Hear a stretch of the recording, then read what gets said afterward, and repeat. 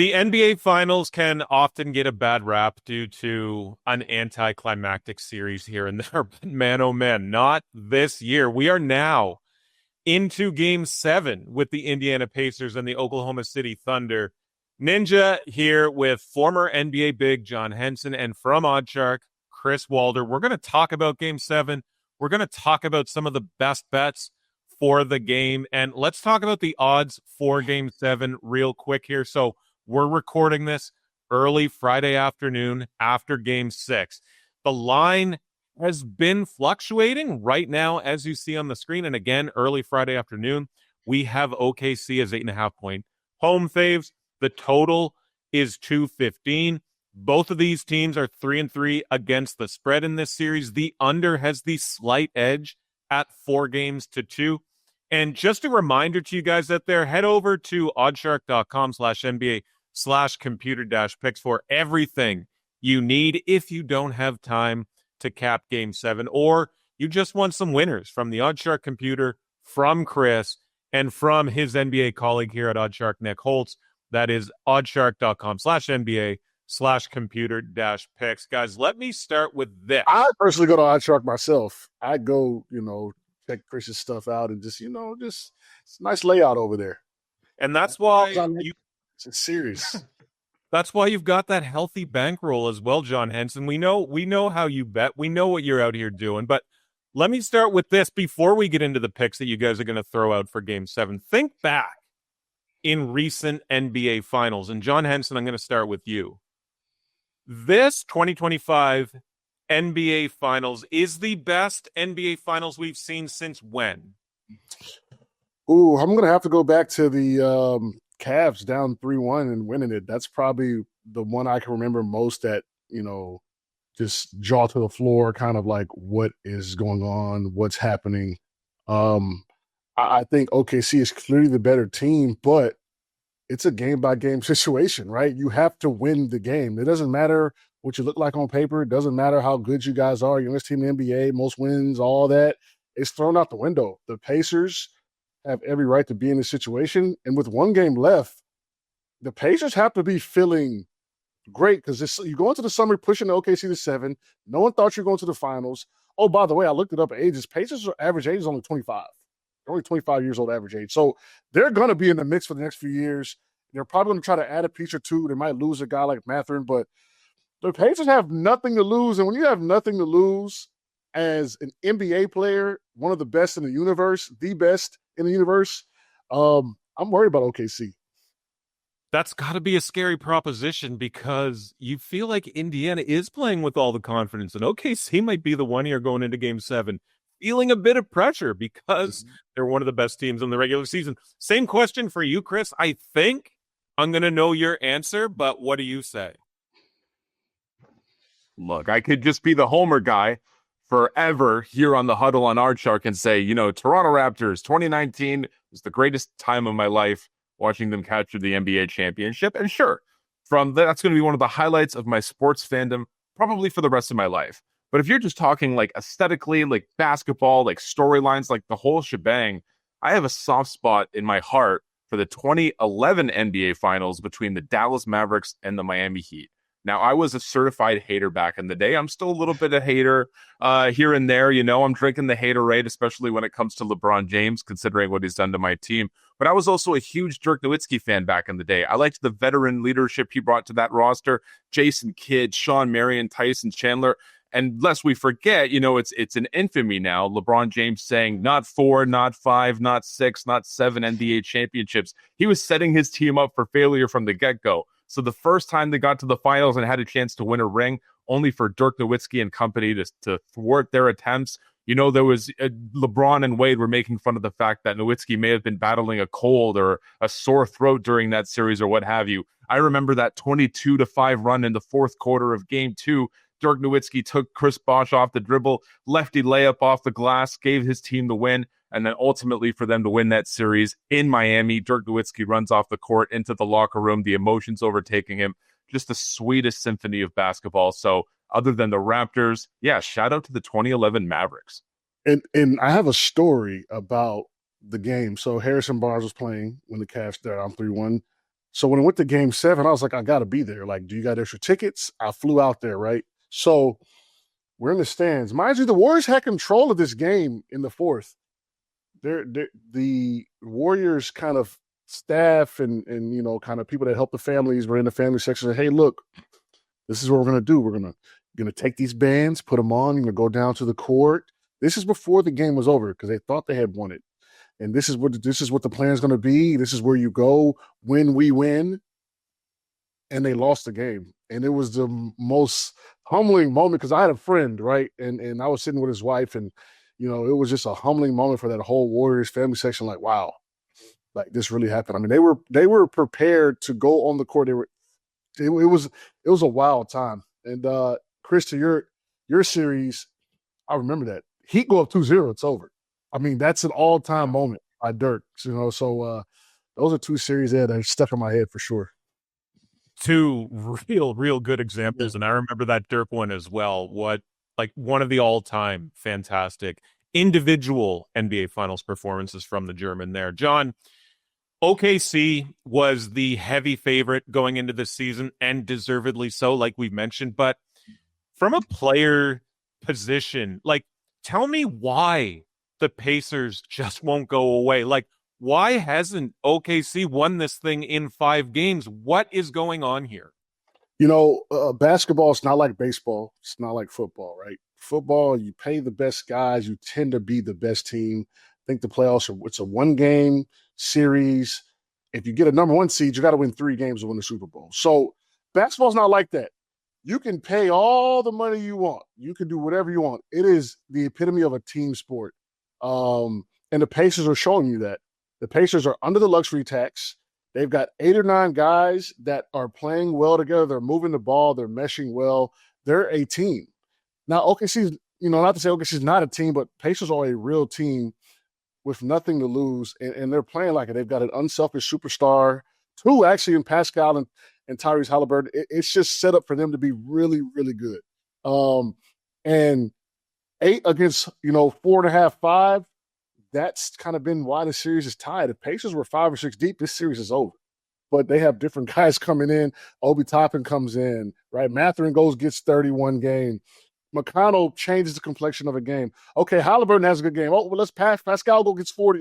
It's tough to game plan for them because who is going to be the guy? And if they all come to play well, which they haven't done yet, it could happen in game 7. They're taking a trophy home.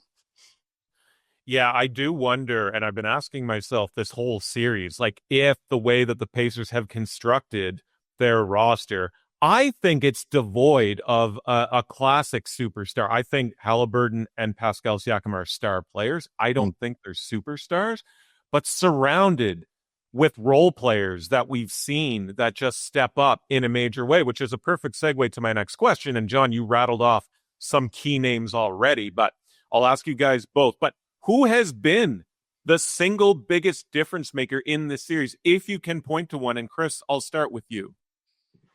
Yeah, I'm kind of going to bounce off of John's answer there. I love the diversity of Indiana's attack. 8 players on the roster right now are currently averaging better than 10 points per game. And the fact that this is going to a game 7 when no one on the team is scoring more than 20 points per game. Pascal Siakam is just under at 19.8.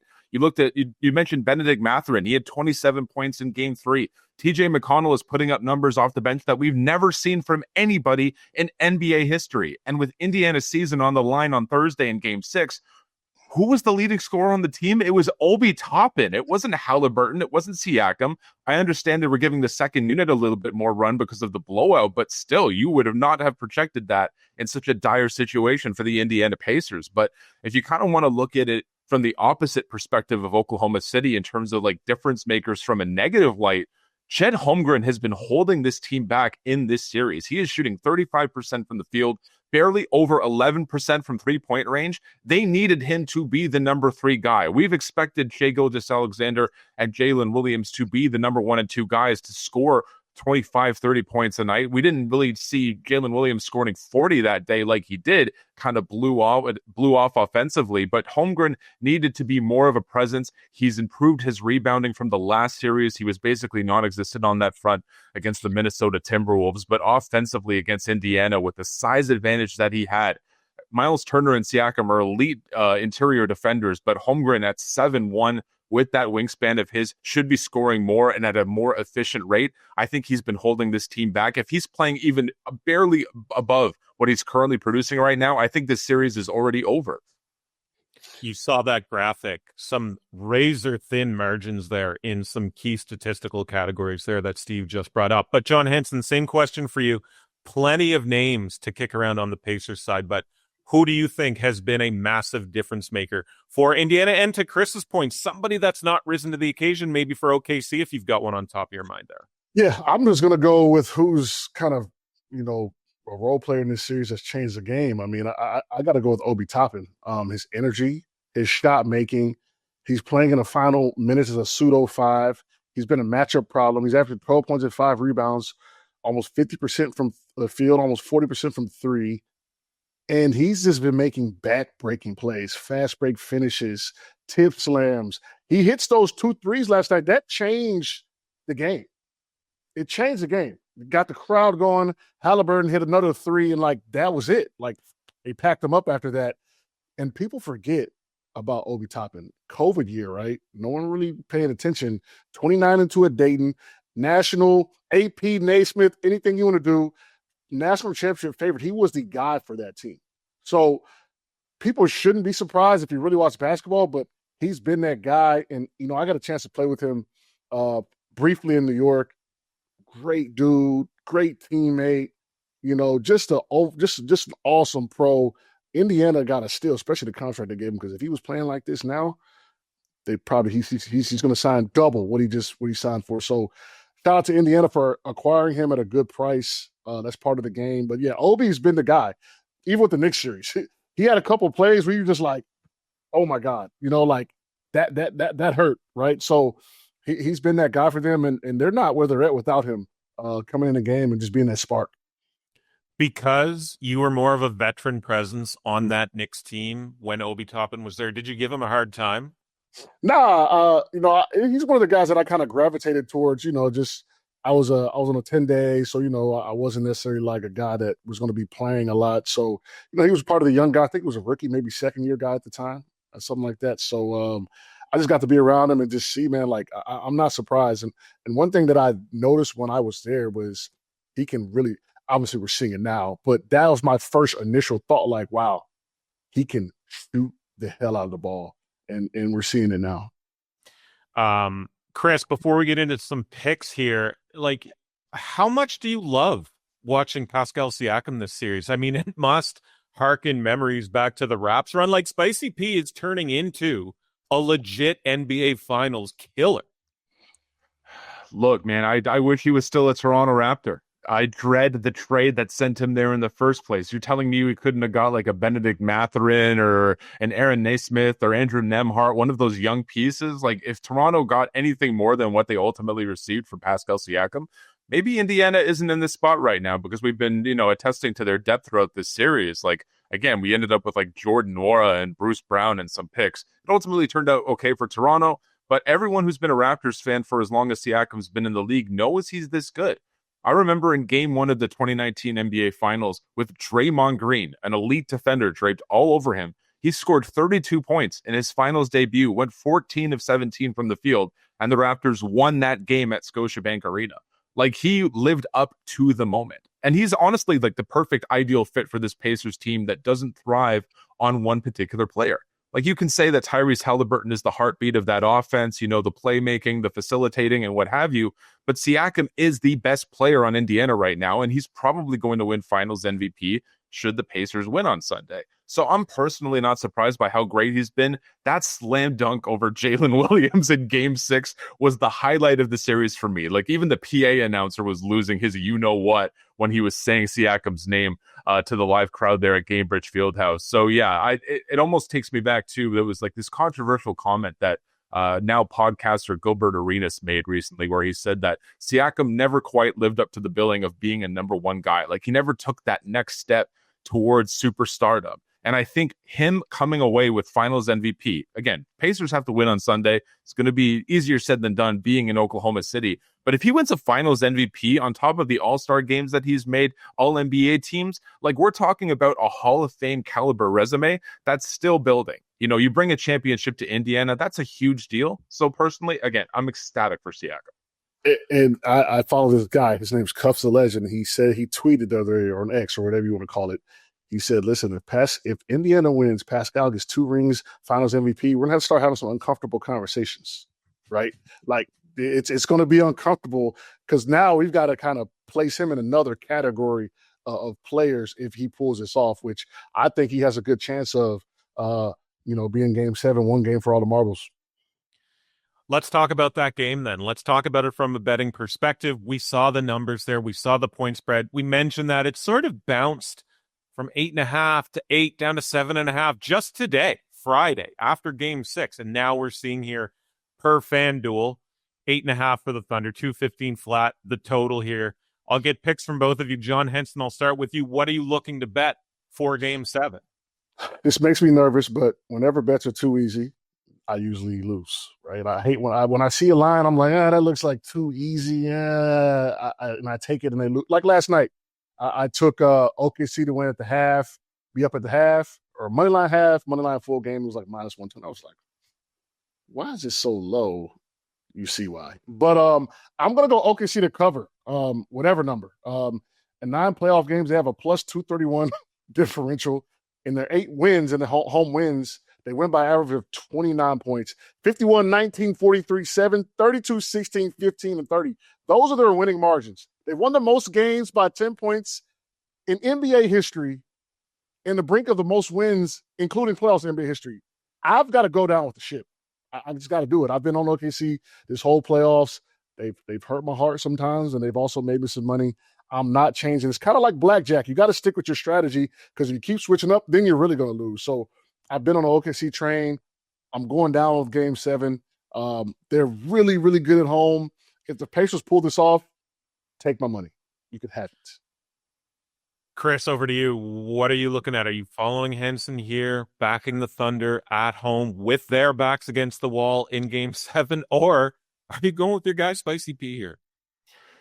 Sometimes divine intervention just comes into play. And again, I'm taking the homer angle again. I'm routing back to 2019 in the second round when Kawhi Leonard hit that shot in Game 7 against the Philadelphia 76ers. And at that point, when that shot fell through, I convinced myself, you know what? There's no way the Raptors are not winning the championship after that basketball fell through. Like, it's just in the cards. It's written in the stars that they're going to pull this off. And ultimately they did. And there's something special about this Pacers season right now, kind of that underdog mentality. They're going into every round saying, you know what, they're not going to beat Milwaukee, even without Lillard, against the Cleveland Cavaliers, the New York Knicks. Like, no one is picturing them being a championship contender. And lo and behold, they're going up against this historically great defense and forcing them to go Game 7.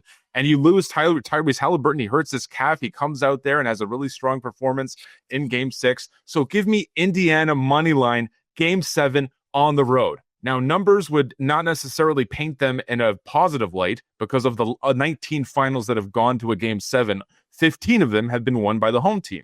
But lest we forget, the last time there was a Game 7 in 2016, it was won by the road team, by the Cleveland Cavaliers. And if you're looking at Game 7s as a whole, not even necessarily confined to the finals, the home team is just 6-11 the last times there's been a Game 7, regardless of what round of the playoffs has been. So home court advantage hasn't necessarily played a huge part in the end result. I think with Indiana right now, they're playing with house money. They're playing with the utmost confidence. All of the pressure is on the Thunder right now. They had the best season in franchise history. That defense is one of the greatest defenses we've ever seen. They have the league MVP in Shai Gilgeous-Alexander. They need to win this game. And Indiana, with the confidence they have, having gone to the Eastern Conference Finals last year, now going into a Game 7 like this, yeah, give me the Pacers all day, every day. I don't know if we need to have a discussion about the MVP, but I know we have a graphic here for the current MVP odds going in to Game 7. Now, I strongly suspect that if OKC wins, it's going to Shai. If Indy wins, it's going to Pascal Siakam. But Guys, is there a world that exists where if Jalen drops another 40 in game 7 to clinch, that he sneaks it, or Halliburton somehow, some way sneaks MVP? The floor is yours. Ooh, I looked up the stats. J-Dub's averaging 24, 5 and 3, 26% from 3. SGA's averaging 34 and 4. So I think it's SGA. SGA is going to get his. I mean, let's be honest. If they're going to win the game, then he's probably going to be hovering around 30. And if J-Dub hovers around 30, then it's going to be a blowout. So I think SGA is his to lose.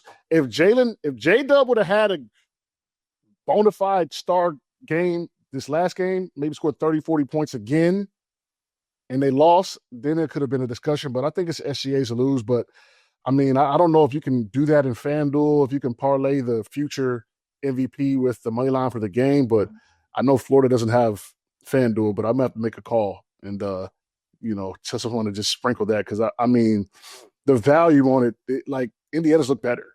They just look better. So it's definitely SGA to lose, but Siakam plus 350.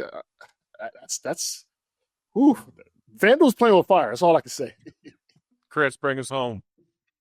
Yeah, I agree with you, man. I mean, Siakam right now, statistically, you cannot make an argument for anyone else on that roster winning it over him. His 19.8 points per game are 5 more than the second leading scorer, which is Tyrese Halliburton at 14.8. He's also leading the team in rebounding as well. And I've kind of mentioned this factoid a lot in my pieces on OddsShark and even here on the Huddle, that if you win the conference finals MVP and your team wins the NBA championship, you win the finals MVP 100% of the time. There's only been 3 years that this award has really been incorporated, 3 or 4. Stephen Curry did it, Nikola Jokic, Jaylen Brown, of course, last year with the Boston Celtics, and now Pascal Siakam having just won it last round. I think he's in the driver's seat right now if Indiana wins. The only way I could see someone stealing some votes at the end of the day is if someone drops like another 40-piece or 50-piece in a game 7, might steal some votes there. But right now, it's basically a 2-horse race. It's either SGA or Pascal Siakam, depending on the end result. There you go. Some picks for Game 7 from the guys, their thoughts on MVP. And before we sign off, just another reminder. If you are looking for picks, oddshark.com/NBA/computer-picks for everything you need if you don't have time to cap Game 7, or you just want to hit some winners from the OddsShark supercomputer, from Chris, and like I said, his NBA colleague, Nick Holtz. That's oddshark.com/NBA/computer-picks. Guys, thanks so much. Good luck with those bets on Sunday night.